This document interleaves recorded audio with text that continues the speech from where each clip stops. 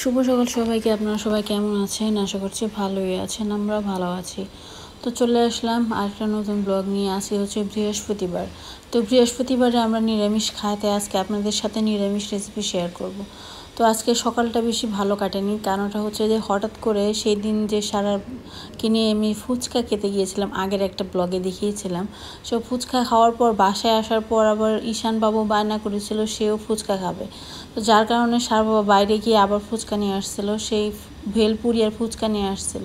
তো সারা বাসায় আবার ভেলপুরি খেয়েছিল, যার কারণে একটু বেশি খাওয়ার কারণে ওর একটু অ্যাসিডিটি হয়েছিল। সারাটা রাত বাথরুমে দৌড়াদৌড়ি করেছে। সকালবেলা পেট ব্যথা ছিল, যার জন্য স্কুলে পাঠাতে পারেনি। এখন মোটামুটি ভালো আছে।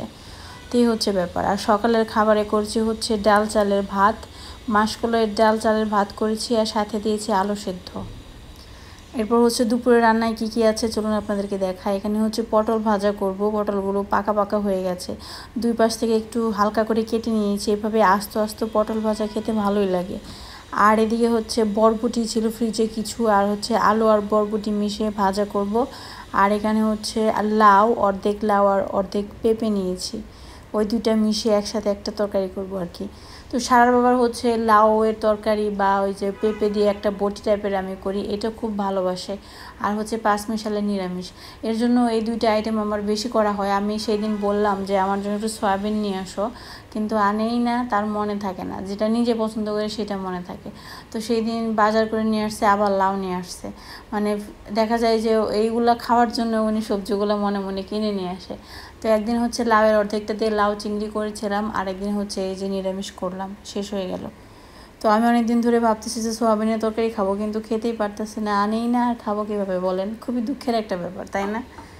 তো এদিকে হচ্ছে আমি লাউটা রান্না করতেছি, একটু পাঁচফোড়ন দিয়েছি, সাথে একটু মাসকলাইয়ের ডাল দিয়েছি। নিরামিষ তরকারি বা যে কোনো নিরামিষ রেসিপিতে, বিশেষ করে এই ধরনের রেসিপি করার ক্ষেত্রে যদি একটু মাসকলাইয়ের ডাল দেন, দেখবেন খেতে খুব ভালো লাগবে। এরপর হচ্ছে আপনারা অনেকেই আমাকে কমেন্ট করে জানান যে আমি কমেন্টসে রিপ্লাই দেই না। আসলে সত্যি কথাটা বলতে কি, আমি এখন সময় খুব কম পাই। কম্পিউটারের সামনে এতক্ষণ বসে কমেন্টসের রিপ্লাই দিয়ে আসলে আমার পক্ষে এখন সম্ভব হয়ে পড়ে না, যার জন্য দিতে পারি না। তো আপনারা যারা আমার ভিডিওতে সবসময় কমেন্টস করেন, ওকে ভালো ভালো মন্তব্য করেন, তাদের সবাইকে জানাচ্ছি অনেক অনেক ধন্যবাদ। কারণ আপনাদের কমেন্টের রিপ্লাই হয়তো দিতে পারি না, এটা আমার ব্যর্থতা, যার জন্য আমার নিজের কাছেও খারাপ লাগে।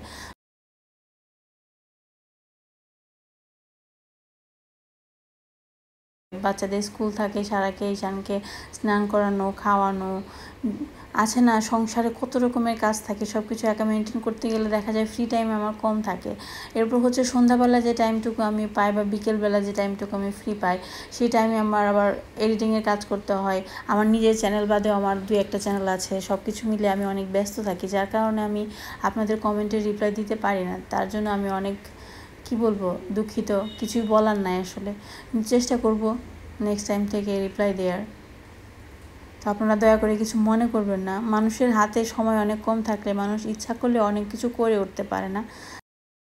ঈশান যখন আরেকটু বড় হয়ে যাবে, এখন তো ছোট আছে, একটু বেশি দুষ্টামি করে, এর জন্য আমার দেখা যায় যে অনেক কিছু এক্সট্রা করে করতে হয়। হয়তো ঈশান আরেকটু বড় হয়ে গেলে আমার হাতে আরেকটু সময় বেশি পাবো, তখন হয়তো আমি আমার কাজগুলো আরেকটু সুন্দরভাবে গুছিয়ে করতে পারবো, বা আমার ব্লগগুলো আরও সুন্দরভাবে আপনাদের সামনে প্রেজেন্ট করতে পারবো, যেটা হয়তো এখন আমি পারি না। আমি যেভাবে বানাতে চাই ব্লগগুলো সেভাবে করতে পারি না, কারণ হচ্ছে যে কাজের চাপের কারণে দেখা যায় যে আমি ঠিক মতো ভিডিও করতে পারি না বা এডিটিং ঠিক মতো করতে পারি না, যার কারণে হয়তো আপনাদের অনেকের অনেক ধরনের অভিযোগ থাকে, যেগুলো আমি আসলে ফুলফিল করতে পারি না, বা সেই অভিযোগগুলো কোনোভাবেই কাটিয়ে উঠতে পারি না।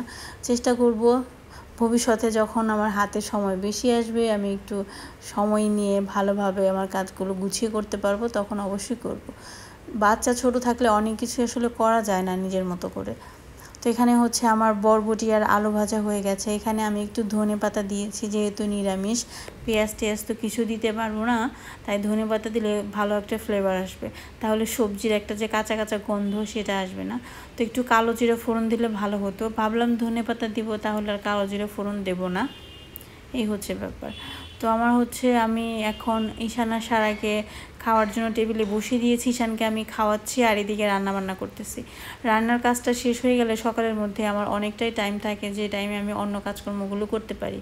এর জন্য আমি চেষ্টা করি সকালবেলা রান্নাবান্না শেষ করার। তো এখানে আমার লাউয়ের তরকারি হয়ে গেল, আর একটা ভাজাও করা হয়ে গেছে।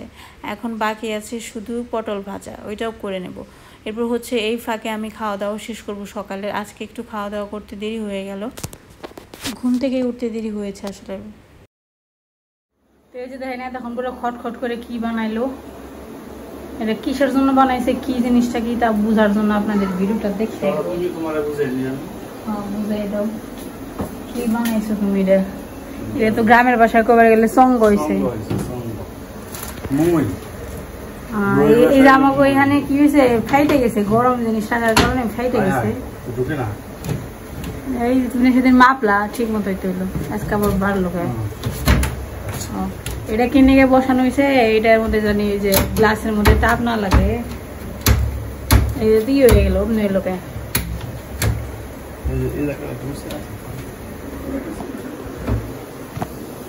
এই যে দেখেন আমাদের মিস্ত্রি খুব সুন্দর একটা জিনিস বানাইছে, বানিয়ে আবার পরীক্ষা করে দেখাইতেছে হয় কিনা।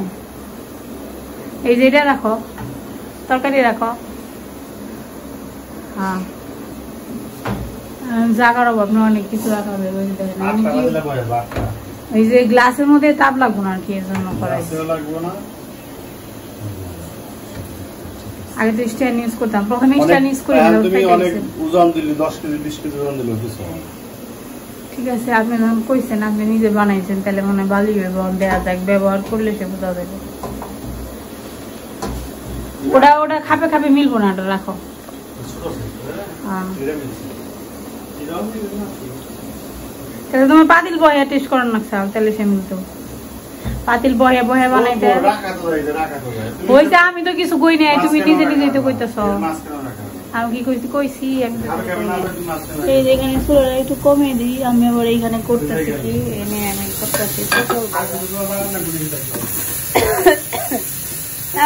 মনে পড়ে না কিছু।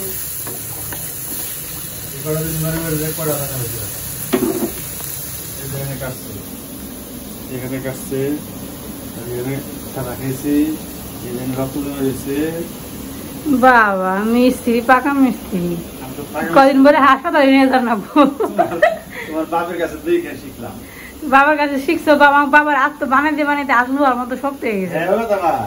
ব্যথা পায় কিন্তু হ্যাঁ, হাত অনেক শক্ত।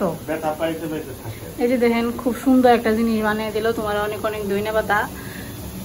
কিন্তু সমস্যা আজকে সেই উপলক্ষে আজকে তোমার কোনো কিছু ভালো মন্দ খাইতে পারবো না, একটা বিরিয়ানি একটা দিয়ে মুছে নেব না।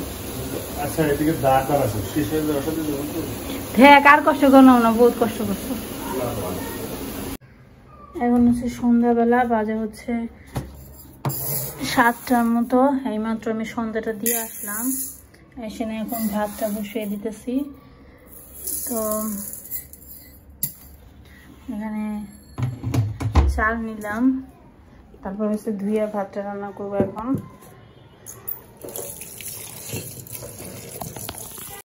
দাঁড়াও, ঈশান বাবু রাগ হয়েছে কেন জানেন? ঈশান বাবু ঘুম থেকে মনে হয় স্বপ্নে দেখছে বন্দুক কিনতে যেতেছে, তাই ঈশান বাবু ঘুমি থেকে ওইটা নিয়ে শুরু করছে, বন্দুক কিনতে যাবো, বন্দুক কিনতে যাবো। ওই দেখেন কি রাগ, বাবা রে বাবা, রাগে অবস্থা খারাপ। বন্দুক কিনে দেবো না, আমারে মারতেছো কেন? আমি তোমার মা হই না? আর মাটা রান্না করে ভাত বসে দিয়ে আসছি, এখন বাজে হয়েছে 6:45 মতো।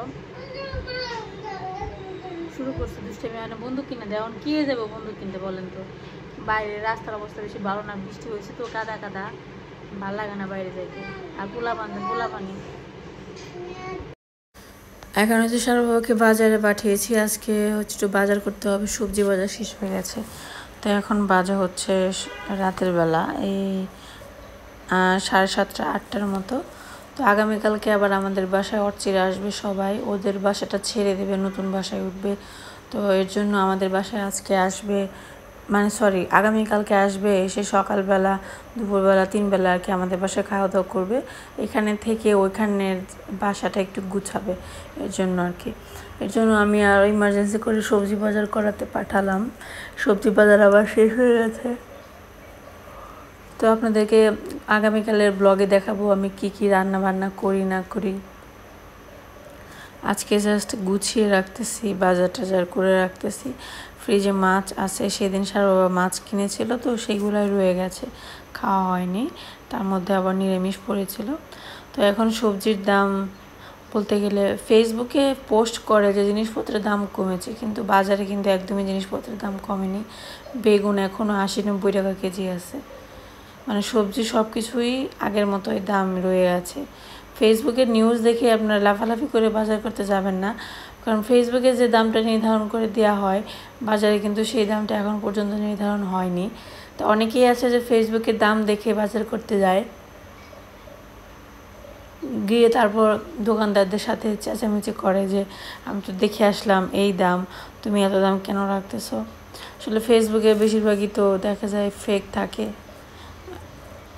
তো এখানে হচ্ছে আমি কিছু সবজি বাজার করতে পাঠিয়েছিলাম, একটা চচ্চড়ি রান্না করব, যার জন্য আমি কিছু ডাটা আনতে পাঠিয়েছিলাম। তো এই যে দেখেন চলে আসছে, কী কী নিয়ে আসছে চলে আপনাদেরকে দেখায়। এখানে হচ্ছে যে এরকম পাতাসহ ডাটা, এগুলো আনতে বলছিলাম। তো এখন বাজে হচ্ছে 9টার মতো, আমি আবার রাতের খাবার খাবো, যার কারণে সব টেবিলে নিয়ে আসছি। আর বাচ্চাদের জন্য নুডলস শেষ হয়ে গিয়েছিলো, নুডলস আনতে বলছিলাম, সাথে বেগুন আনতে বলছিলাম, চিকন বেগুন, আর হচ্ছে আলু আর লবণ। এই ছিল আমার বাজার। কাঁচামরিচ আনার দরকার ছিল,